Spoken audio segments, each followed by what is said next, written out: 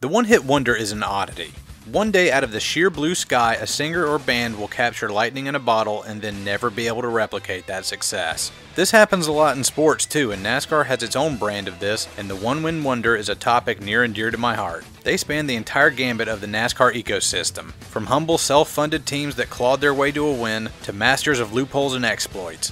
My only rules for making this list are that you must be currently retired from the top division of NASCAR with no prospect of coming back, and that you only have one win to your credit in the Cup Series. That's all it takes to make this list. So without further ado, let's get into it. Number 10, Johnny Mantz. Hailing from Long Beach, California, Johnny Mantz competed in IndyCar before making the switch to stock car racing in 1950. And funnily enough, he only managed one win back in the IndyCar Series too, at the Milwaukee Mile. He only made 12 starts in the NASCAR Cup Series, but his stats are impressive. 1 win, 4 top 5s, and 8 top 10s, with 379 laps led. 351 of those laps came at the very first race held at Darlington Raceway, where he scored his 1 win. How did he do it? Well, there was a serious problem with tires at the track, as those 1950s cars were heavy as hell, and were going at a pretty steady clip of 130 miles an hour or so. No one back then knew what those speeds at a paved oval would do to tires. Well, nobody except IndyCar drivers. Johnny Mantz was a dirt specialist, but he had raced at the Indy 500 a couple of times, and anticipated the wear and tear on the tires, so he fitted his car with heavy-duty truck tires, and won by a margin of victory of 9 laps. And in doing so, he more than just added his name to the list of nearly 200 unique winners, but he cemented his name forever in the halls of NASCAR Cup Series history as the first ever Southern 500 winner. And to this day, if you win the Southern 500, you are awarded the Johnny Mantz Trophy. Johnny turned his attention to the USAC stock car division instead of NASCAR, as it was closer to him since it was based out of the Midwest, and he won the title back in 1956 and never competed in NASCAR again. Number 9, Paul Menard. Paul Menard turned his last laps as a full-time Cup Series driver just last week, but since there are no plans for him starting any races in 2020, I added him to this list. His body of work is a lot more sizable than Mantz's. 471 starts, 20 top 5s, and 69 top 10s. Nice. Often derided as a paid driver, bringing along his family's sponsorship money wherever he went, Menard, I think, never got the respect he deserved. His performance in the lower divisions was far better than what most could attest to, and he did have a nice habit of avoiding DNFs like the plague. If you were a car owner, you'd be absolutely delighted to have him in the car. His family always paid the bills, and he almost always brought the car back in one piece. And when all the planets were aligned, he'd go out there and win one. His one-off win came at another big stage, the 2011 Brickyard 400. While it was true he did this on fuel mileage, he had been good that whole year, raking in 4 top 5s and 8 top 10s. He got the drop on everybody with a savvy pit call, and then kept his cool as Jeff Gordon of all people tried to run him down to no avail. Sure, he wasn't flashy during his career. I even made fun of him in my alignment chart video by making him the poster child of true neutral, and challenging people to find a picture of him smiling, which is still a difficult task by the way. But all in all, he was a trustworthy driver that brought in the cash to fund the team and didn't tear up equipment. He was a hot prospect for a lot of team owners, and it showed. Since going full-time in 2007, he drove for no less than 5 different teams. DEI, Robert Yates Racing, Petty Enterprises, Richard Childress Racing, and the Wood Brothers all requested his services, and he dutifully answered the call every single time. Good on you, Menard. We'll miss you on Sundays, my man. Number 8, Lake Speed. Having possibly the coolest name on this list, Lake Speed made his name becoming the most prolific American go-kart racer at the time of the late 70s. After capturing the 1978 World Go-Karting title, besting the likes of some guy named Ayrton Senna, he decided to make the big jump to stock cars almost immediately. In 1980, he'd make starts for Cecil Gordon, Nelson Malik, and himself as an owner-driver. It would net 5 top 10s in 19 starts. He'd bounce back and forth between driving for himself and other teams throughout the 80s, and would amount 16 top 5s and 75 top 10s throughout his career. He claimed his only victory at the Spring Darlington race in 1988 thanks to a tire war between Hoosier and Goodyear, where he got Hoosier just their 3rd win ever in the Cup Series. And he did so driving for himself in his flashy Win Kmart scheme. He'd go on to spend most of the 90s driving for Melling Racing, being sponsored by 2 of my favorite sponsors of all time, Spam and Cartoon Network. An injury at Sonoma in 1998 and an aggravation of the same injury 1 week later at New Hampshire would lead him to make the tough decision to retire. He had tasted victory, and now it was time to let others take the mantle, and he handed over driving duties for the number 9 Ford to another driver on this list that we'll get to shortly. Not too shabby for a self-made guy from Jackson, Mississippi. Not too shabby at all. Number 7, Wendell Scott. One of the last true rum runners to make a name for himself in NASCAR, Wendell Scott raised himself and his family out of poverty not only through racing wherever he could, but also through bootlegging in his hometown of Danville, Virginia. He was quite the notorious figure there, and in one instance, a rival bootlegger tipped off the cops that Wendell was making one of his runs. The police completely blocked the road at the end of a winding downhill country road. But Wendell lost them when he ran back up the hill in reverse the entire way, pulled a quick J-turn, and drove his ride back to his shop on Spring Street in Danville. When the police arrived, Wendell and his two sons had already pulled the motor out of the car, and when questioned about where he had been, he claimed he had been working on his car for hours, and couldn't have possibly been involved in a crime. He went to night court, and the judge found it so hard to believe that Wendell had evaded police and disassembled a motor in such a short amount of time that he quite famously said, "Next time you bring Wendell into my court, bring him, the liquor, and the motor, or else there's no case." On the track, Wendell always outperformed his equipment, which he had all built himself or bought from other teams. Across his career, he gained 20 top 5s and 147 top 10s. In 1964, he scored his first and only victory at Speedway Park in Jacksonville, Florida, driving an old Chevy he had bought from Ned Jarrett. But the race was not without controversy. Wendell was an African-American man racing in the Deep South during the civil rights struggle of the 1960s, and many NASCAR fans had little love for Wendell. When the race concluded, the flagman held the checkered flag when Wendell completed the last lap and didn't give it to him, awarding it to the guy who was actually in second. Officials invented a scoring error to protect Wendell from a crowd that might have gotten unruly at the sight of a black man beating all those good old boys. They awarded the win to somebody else, and later they'd give Wendell the check and the credit. But at the time, it was a massive disappointment to Wendell and his family and crew. Wendell would continue racing until 1973, when a bad wreck at Talladega pretty much sidelined his career. He is remembered fondly as a man who never gave up no matter the obstacles put in front of him, or the hate he garnered from the people around him by virtue of his mere existence. But with such grit and tenacity, it was really only a matter of time until he nabbed that first checkered flag. Number 6. Lenny Pond.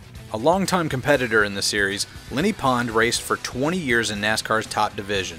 Having come from the modified scene of Virginia, he made a name for himself by being ridiculously consistent, nabbing top 10s left and right for a career total of 88 in just 234 starts, and finished top 10 in the point standings twice, one of which was a 5th place finish. In 1973, he edged out a young Darrell Waltrip to be the Rookie of the Year, and although he was an ace at his hometown track of Richmond Raceway, being one of the few men who raced on all 3 configurations of the track, he scored his one win at Talladega Superspeedway, driving for Harry Rainier, a race that had a staggering 67 lead changes, and in which Lenny led just 22 laps. He ended his career with just one more start in the 1989 season, naturally at Richmond Raceway, where he placed 11th at the age of 49. Not bad, old man. Number 5. Dick Brooks. Hailing from Porterville, California, Dick Brooks proved early on that he was the real deal in the NASCAR Cup Series. In his first year in 1969, he amassed 3 top 5s and 12 top 10s, and then followed it up in his sophomore effort with a mind-blowing 15 top 5s and 18 top 10s, finishing the year 13th in the standings. He followed that up by getting 4 straight top 10 finishes in the point standings from 1975 to 1978, and put everybody on notice. Although he knocked on the door of greatness early and scored a win in 1973 at Talladega, he never could break through to superstardom. He usually drove for underfunded teams, and DNFs were a constant nuisance to him. But surprisingly, he never failed to qualify for a single race during his entire career. In 1985, he ran his final season and ran the number 1 car for both Petty Enterprises and Rick Hendrick that year in 4 starts. And fittingly, he ended his career with a top 10 finish at the age of 43 at the Coca-Cola 600. He tried his hand at car ownership in the early 90s, but he couldn't lock down sponsorships consistently, and sold the team he bought from Felix Sabates right back to him at the conclusion of the 1995 season. Greatness surrounded Brooks throughout his career, but he just could never break through to the next step. He netted 57 top 5 finishes and 150 top 10s in just 358 starts. That's a pretty damn good ratio that even NASCAR champions would dream of. Number 4. Jerry Nadeau. A guy who came and went before most ever got to really see his talents behind the wheel, Jerry Nadeau began racing full-time in the Cup Series in 1998 in the number 13 Ford, which was owned as a partnership between Bill Elliott and Dan Marino, hence the Miami Dolphins color scheme and the number 13. He and his team remained quiet until the Sonoma race that year, in which he captured the outside pole, and then went charging straight up the damn hill in the first series of turns. The man raced the exact same way I did in NASCAR video games, with total reckless abandon. I loved it. When Lake Speed would abruptly retire in 1998, Jerry would jump ship and drive for the number 9 team and find even more success there. In 1999, he swapped rides again mid-season, and then got his big break. He'd join Hendrick Motorsports in 2000 and would pilot their number 25 car. There he scored his first and only win at the Fall Atlanta race, and it wasn't a fluke either, leading 155 of 328 laps. He probably should have won 3 or 4 more races in his career, but Lady Luck would say otherwise. He was the car to beat at the 2000 Coca-Cola 600 until he blew his engine. He ran out of gas on the last lap while leading at Atlanta in 2001, and in 2002 he had the race at Sonoma in the bag until he broke a rear end. Bad luck seemed to follow Jerry wherever he went, and unfortunately it would spell the end of his career as well. In 2003 at Richmond during practice, Jerry had an accident in turn 1 and hit the concrete wall on the driver's side so hard that he had to be airlifted out and barely survived. He essentially had to relearn how to walk and talk, and his racing days were over.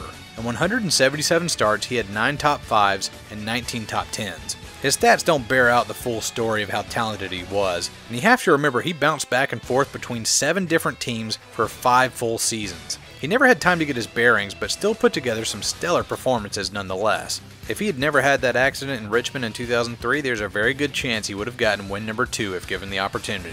If you want to know more about why Jerry Nadeau was awesome, check out Brock Beard's video entitled Why Jerry Nadeau Was Awesome. It's a great watch. Number 3, Johnny Benson. A man who never got the quality rides he deserved in the top division, Johnny Benson floundered in the Cup Series driving for teams that either had never won before, or as was the case with his Roush Racing stint, where expansion teams branched out from already existing organizations. Even still, he got 18 top 5s and 58 top 10s, in an era of NASCAR that was brimming with talent. His lone win came in 2002, driving the number 10 Valvoline Pontiac at Rockingham, a tough little track known for bringing out the best in drivers and producing unlikely winners. The true indicators of his talent level were in the lower divisions, however. He won the 1995 Busch Series Championship, and when he dropped down to the Truck Series in the mid-2000s, he won 14 races and chalked up 90 top 10s in just 138 starts, en route to the title in 2008. Making him just one of a handful of drivers who have ever won titles in 2 of the top 3 divisions of NASCAR. Although he never got the shot he probably deserved in the Cup Series, he still managed to claw his way to a win, and his body of work in the lower divisions is testament enough that those who passed up on him in the 90s really missed out on something special. Number 2, Joe Eubanks.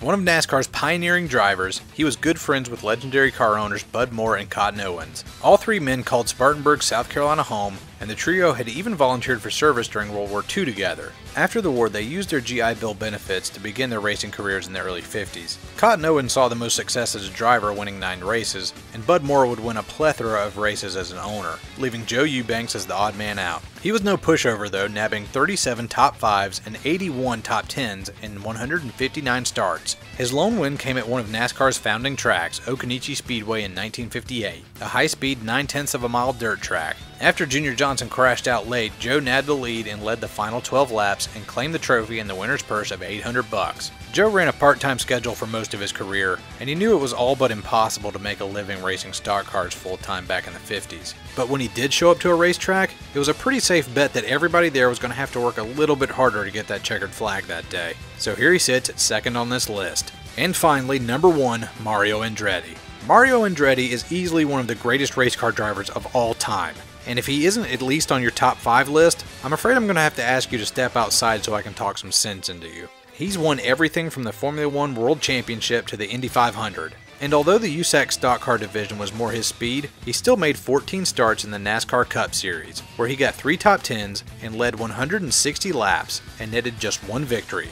And in true Andretti fashion, that 1 win came at none other than the Daytona 500. In 1967, driving for legendary Holman Moody Racing, he bested his teammate Fred Lorenzen at the Great American Race, much to the chagrin of the 94,000 NASCAR faithful in attendance that day. Mario made all of his starts in the 1960s, and for the most part he either raced at Daytona or Riverside International Raceway. Riverside was the opener back then in January, and the Daytona 500 was 1 month later in February. So he used the first 2 NASCAR races of the year as a sort of warm-up before the IndyCar season started in March. His exploits in open-wheel racing were well known, and when it came time to wheel a big heavy stock car around, he had his pick of the litter of cars, as team owners would offer up the best rides they could spare for him. So it should come as no surprise that he was able to team up with Holman Moody Racing and win the 500. Actually, the only surprise here is that he didn't win more races, but this lone trip to NASCAR Victory Lane cements him as the greatest one-win wonder in NASCAR history.